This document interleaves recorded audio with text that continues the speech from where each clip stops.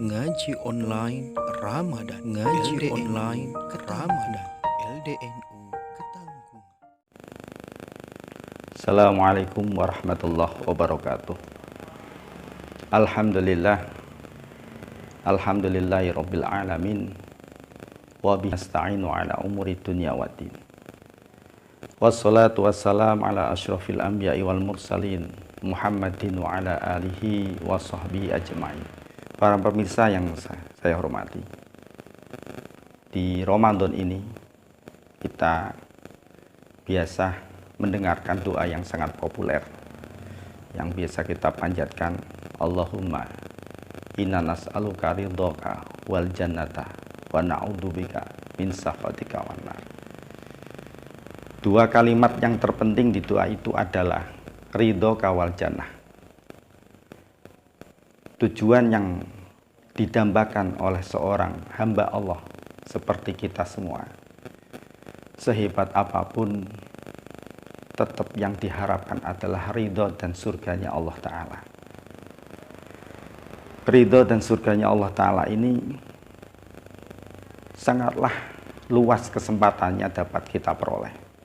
Potensi untuk mendapatkan surga itu sangat banyak, karena surga itu tidak dikecualikan kepada siapapun bagi umatnya Nabi Muhammad SAW. Dalam hal ini kami teringat dengan suatu kisah hadis di mana pada saat itu Rasulullah SAW sedang berkumpul dengan para sahabat di masjid. Secara tidak langsung Rasulullah menyampaikan ke sahabat, bahkan beliau mengatakan, sebentar lagi akan datang seorang ahli jannah masuk ke masjid ini. Seluruh sahabat pada penasaran, ingin tahu kayak apa orangnya. Kok Rasulullah langsung menjustis orang ahli jannah masuk ke masjid? Biasanya kan jarang kita ditunjukkan langsung penghuni surga, hanya ditunjukkan amal-amal yang untuk mendukung masuk ke surga. Itu langsung mengatakan ada orang akan masuk ke masjid ini merupakan ahli jannah. Tidak lama kemudian masuklah seorang Bani Ansor dalam keadaan wajah basah air wudhu dan menetes wudhunya sambil membawa sepasang alas kakinya atau sandalnya. Tapi di saat itu para sahabat diam, tidak berani ada yang tanya satupun kepada Rasulullah amalan apa yang dia kerjakan. Satu hari itu mereka di hatinya masih bertanya-tanya, belum terjawab. Besok harinya yang kedua demikian sama lagi. Rasulullah mengatakan sama, akan datang ahli jannah masuk ke masjid sebentar lagi. Ditunggu lagi, yang masuk orang itu lagi. Tapi masih belum berani tanya, masih sabar, masih terus bertanya-tanya amalan apa gerangan yang dikerjakan oleh orang itu. Tetapi hati tidak punya kemampuan untuk bertanya. Seterusnya hari ketiga, Rasulullah demikian menyampaikan lagi sama persis. Dan yang masuk pun orangnya sama lagi. Bani Ansor dalam keadaan seperti kemarin, masuk masjid wajahnya basah dengan air wudhu sambil membawa alas kaki. Terus karena saking penasarannya para sahabat ingin tahu amalan apa yang istimewa yang dikerjakan oleh orang itu, karena nggak berani bertanya sama Rasulullah. Ada seorang sahabat yang namanya Abdullah bin Amr bin As. Dia punya rencana kepingin tanya langsung ke orang tadi. Maka setelah selesai sholat, Abdullah bin Amr bin As mengikuti orang tersebut sampai ke rumahnya. Bagaimana caranya Amr bin As ini bisa mengerti atau mengetahui amalan yang hebat yang didambakan oleh semua manusia masuk ke surga yang abadi. Hanya dia mengakui atau mengatakan kepada orang tadi bahwasanya dia punya masalah di keluarga dengan orang tuanya, sehingga dia tidak berani pulang, tidak bisa pulang selama 3 hari, ingin menginap ke rumah ke rumahnya. Terus orang yang ahli surga tadi menjawab, silahkan, diperbolehkan untuk menginap 3 hari. 3 hari itu hanya untuk mengetahui amalan apa. Setelah dia tidur menginap di situ selama 3 hari. Hari pertama, Abdullah bin Umar tidur bersama dengan orang ahli surga tadi. Satu hari amaliyahnya dilihat biasa, sholat 5 waktu ya biasa, tidak ada yang istimewa. Tidur malam pun dia tidak bangun, tidak mengerjakan sholat malam. Hanya sesekali kalau dia bangun dari tidurnya, itu hanya berzikir menyebut nama Allah, lantas tidur lagi, terus bangun sholat subuh berjamaah. Hari kedua pun sama seperti itu, tidak ada amal yang istimewa. Sudah biasa dikerjakan umumnya para sahabat. Dan hari yang ketiga pun sama, akhirnya Abdullah bin Amr bin As mulai meremehkan, mulai ragu-ragu, mulai bimbang. Akhirnya dia berpamitan untuk pulang. Tapi dia sebelum pulang berterus terang, mengatakan bahwa terus terang kami atau saya menginap bersama jenengan, bersama sampean, bahasa ketanggungan ya Mas. Itu untuk tahu kenapa termasuk ahli surga, padahal amal-amal jenengan tidak ada yang istimewa. Saya ingin tahu amal apa. Terus jawabannya orang yang ahli surga tadi, saya tidak punya amalan apa-apa. Amalan saya seperti yang kamu lihat selama 3 hari itu. Terus setelah itu Abdullah tanya lagi, tetap dijawab seperti itu, dia pulang. Tapi sebelum pergi dipanggil lagi oleh ahli surga tadi, orang yang sudah dipastikan masuk surga oleh Rasulullah. Ada amalan saya nggak ada yang lebih seperti yang kamu lihat, tetapi ada secuil yang belum kamu ketahui, yaitu saya itu tidak pernah berbohong sama orang di dalam aktivitas saya, baik orang muslim, orang mukmin atau selainnya, saya nggak pernah bohong. Yang kedua, saya nggak pernah iri atas rahmat atau nikmat yang diberikan Allah kepada orang lain. Setelah tahu jawaban 2 ini, maka Abdullah bin Amr bin As baru tahu inilah amal yang hebat yang menjadikan orang ini dijamin masuk ke surganya Allah. Nah, dengan demikian dari hadis ini dapat diambil beberapa pelajaran. Yang pertama di mana Abdullah bin Amr bin As ini yang sangat menggebu-gebu, sangat ingin tahu, mengetahui tentang pengetahuan yang bisa menjadikan masuk ke surga. Berarti sama saja dia itu ingin mencari tahu atau ilmu pengetahuan secara langsung. Berarti padahal Umar bin As ini secara tidak langsung padahal dia sedang berjalan menuju surga. Karena Rasulullah juga mengatakan, man salaka tariqon fihi tolabal ilmi salakallahu bihi tariqon ila jannah.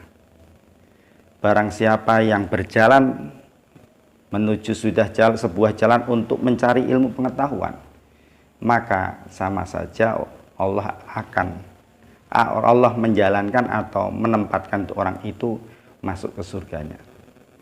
Dan 2 orang ini kalau kita ambil pelajaran sama-sama ahli surga. Yang kedua yaitu tentang iri, yang dimana kelihatannya sangatlah mudah diucapkan tetapi susah dikerjakan. Iri ini menurut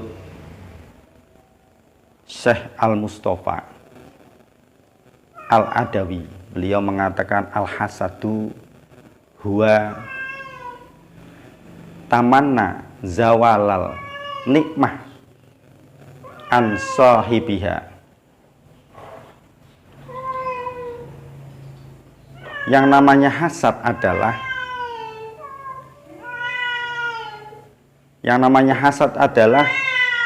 menginginkan hilangnya nikmat yang ada pada orang yang dihasati. Seperti itu. Oleh karena itu, hasad ini sangatlah perlu kita cermati, karena dengan hasad itu bisa menyebabkan kita jauh dari surganya Allah Ta'ala. Surganya Allah Ta'ala itu tadi saya katakan sangatlah mudah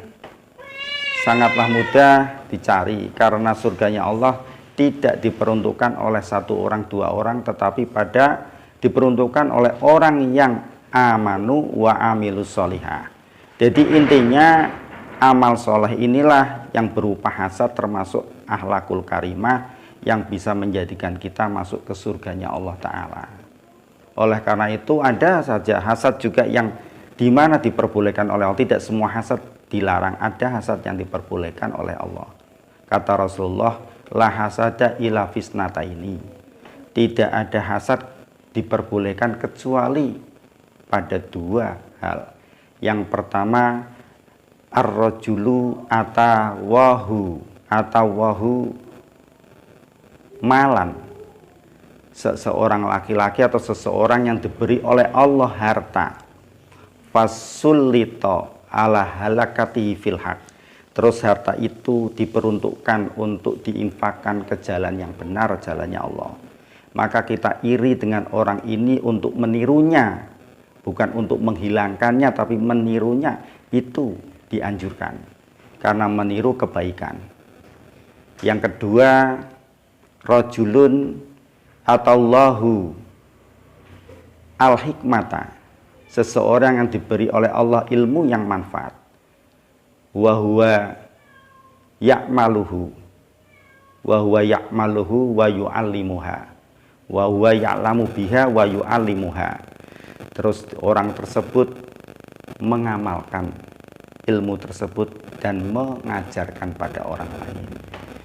Dua hal ini tidak boleh, boleh saja kita hasad, karena irinya kita kepada orang yang selalu menginfakkan hartanya ke jalan Allah, ingin menirunya, itu sangatlah bagus. Jikalau semua orang seperti ini, maka orang Islam akan sangat terbantu, khususnya orang-orang yang tidak mampu. Yang kedua, orang-orang yang punya ilmu manfaat, dia mempraktekkan ilmunya setiap harinya, keseharian harinya, terusan dia mengajarkannya kepada orang lain. Niscaya kalau semua orang seperti ini punya ilmu yang manfaat, maka orang-orang yang tidak tahu pun, yang bodoh, akan terbantu menjadi pintar. Orang-orang muslim tidak terbelakang.